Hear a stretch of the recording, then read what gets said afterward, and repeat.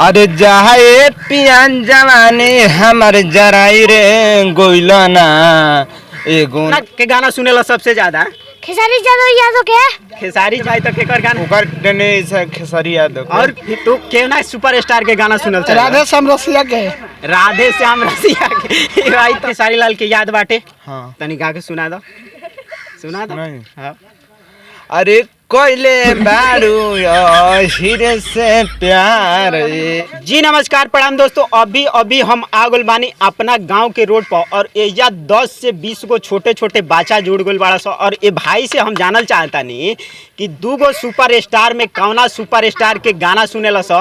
तो सब भाई से बारी बारी जानकारी लेम कि दोनों सुपर स्टार में से कौना सुपर स्टार के गाना सुनेला सा। तो भाई कौना के गाना सुनेला सबसे ज्यादा खेसारी यादव के मजा आया। खेसारी यादव के भाई खेसारी लाल यादव के फैन हो। हां देख लो भाई पढ़ के आवत आटे और भाई खेसारी लाल यादव के गाना सुनेला। तू भाई केकर गाना सुनेलिस बुआ ते भाई पवन सिंह के गाना भक्ति जियो शेर एगो पावर स्टार के फैन तो है खेसारी लाल यादव के भी फैन बाड़े। तू बुआ केकर गाना सुनेली? तू भाई केकर गाना सुनेली? टुनटुन यादव के भी फैन बाड़े एकरा में। तू केकर गाना सुनेला भैया? Trending star Khesari Lal Yadav. Trending star Khesari Lal Yadav के। तू बता दे भाई तो केकर गाना? ओकर डने से खेसारी यादव। और इतने तेजस्वी लोग हैं हमारे पास। हीरोइन में तारा कौन मस्त लागेली? तू केकर गाना सुनेला भैया? केकर गाना सुनेला? अब एक और भाई जुड़ गल बा जौन के खेसारी लाल यादव के इहो फैन हटे लेकिन पवन सिंह के भी साथ साथ में फैन बाटे। तो एहू भाई से जानकारी लेता नहीं कि इहो भाई केकर गाना सुनेला। तो सबसे पहले चैनल में हमरा स्वागत बा भाई। स्वागत बा। तू केना सुपरस्टार के गाना सुनल चल? राधे श्याम रसिया के राधे श्याम रसिया के भाई तो और ही बड़ा देले बाटे। सिर्फ पवन सिंह का खेसारी में केकर गाना सुनल चाहेला? पवन सिंह के सारी में तो पवन सिंह के गाना ठीक लागेला और ही ट्रेंडिंग खेसारी लाल के तो ना ठीक लागेला बाकी पवन सिंह के ठीक लागेला। और फिल्म में दोनों सुपरस्टार में कौन सुपर? पवन सिंह। पवन सिंह के फिल्म हां यानी कि इहो भाई पावर स्टार पवन सिंह के ही फैन बाटे। फिल्म भी बढ़िया देखेला तो पवन सिंह के ही देखेला और गाना भी सुनेला तो पवन सिंह के। असो देवी गीत में केकर सबसे ज्यादा गाना बाटे? पवन सिंह के। पवन सिंह के ही गाना बाजल बाटे। भाई खुद कहता हमने कि खुद कहता कि भाई तू केकर गाना सुने बुआ? केकर? निषाद जी के। तू बता भाई केकर गाना? ई तो भाई बतैला सा लेकिन एकरा ई नहीं के बुझात जे हीरोइन में कौन हीरोइन तोरा पसंद आवेली? काजल राघवानी। काजल राघवानी जियो शेर।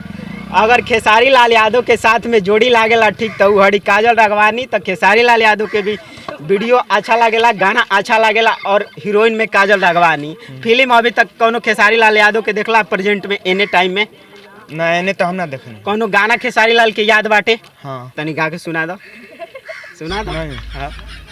अरे कोयले बारू हीरे से प्यार जानू। कैसे कैसे लोग रहते हैं यार यहाँ पर। साला तुमको पागल कुत्ते का गाड़ी उठा के ले जाएगा बता रहे हैं हम। होई जाइला फड़ा बरियार। तो टुनटुन यादव के गाना हो। और भाई खेसारी लाल यादव के गाना कोनो सुनावी तो टुनटुन यादव के हो। टुनटुन यादव के गाना हटे कोनो खेसारी लाल यादव के जौन तरह मस्त लागत होके वो गाना सुना दे खाली। अरे जहाए पियान जवानी हमर जराई रे गोइला ना एगो नचनिए कारण कनिया है के भूलाई रे गोइला ना। जियो शेर। खेसारी लाल यादव के भाई एगो गाना सुनैला सा और खेसारी लाल यादव के ही फैन हटे। और ये सब भाई से पूछल चाहता नहीं लेकिन सब भड़का ताड़ा सा छोटा छोटा बच्चा। तू केकर गाना सुनेला? निषाद जी के। निषाद जी के कौन सिंगर माने कौना गायक के? हैं? पवन सिंह के। तू भाई तू केना गाना सुनल चाहेला? पवन सिंह के। तू हम पवन सिंह के। पवन सिंह के गाना कोनो याद बाटे? ना तेरा याद बा बुआ खेसारी लाल यादव के कोनो गाना? भाई बतैला से केहू यही में पावर स्टार के फैन बाटे तो केहू खेसारी लाल यादव के फैन बाटे। इतने कह के अब खत्म। Bye bye Tata.